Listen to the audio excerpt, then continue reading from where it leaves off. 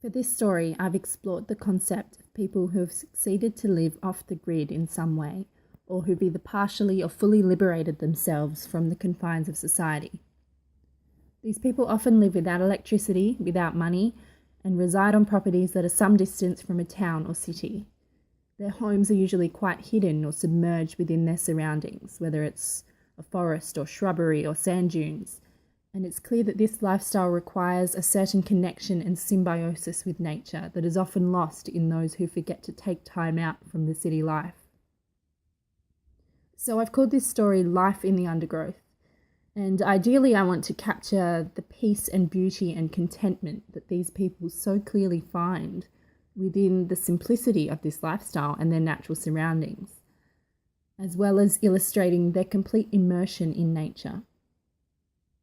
This idea of separation from society often goes hand in hand with communal living, and I was lucky enough to explore a property built as a commune in the 70s, which is where I took the majority of my images.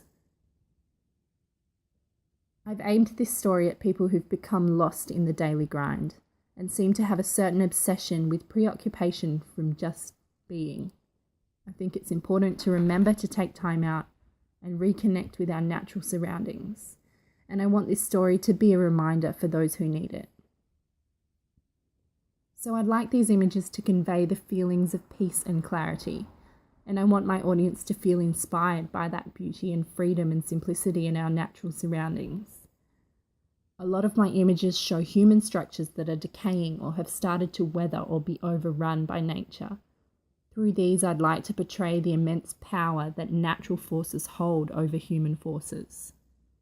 The visual language that I've used is soft lighting, often dappled through the canopy or showing shadow cast by the overwhelming forest, and a soft pastel warm tone. I've done a lot of textural images that I think portray the ruggedness or roughness that this lifestyle requires. None of my images are clean with sharp lines, they all have an organic feel to them. When you're taking images in these sort of surroundings where there's shrubbery or trees in the background of every shot, it can often look really busy and cluttered, and it's really hard to find that peace and stillness and make the image pop. I found this to be my biggest challenge and one that I'll continue to work towards overcoming for assignment 3.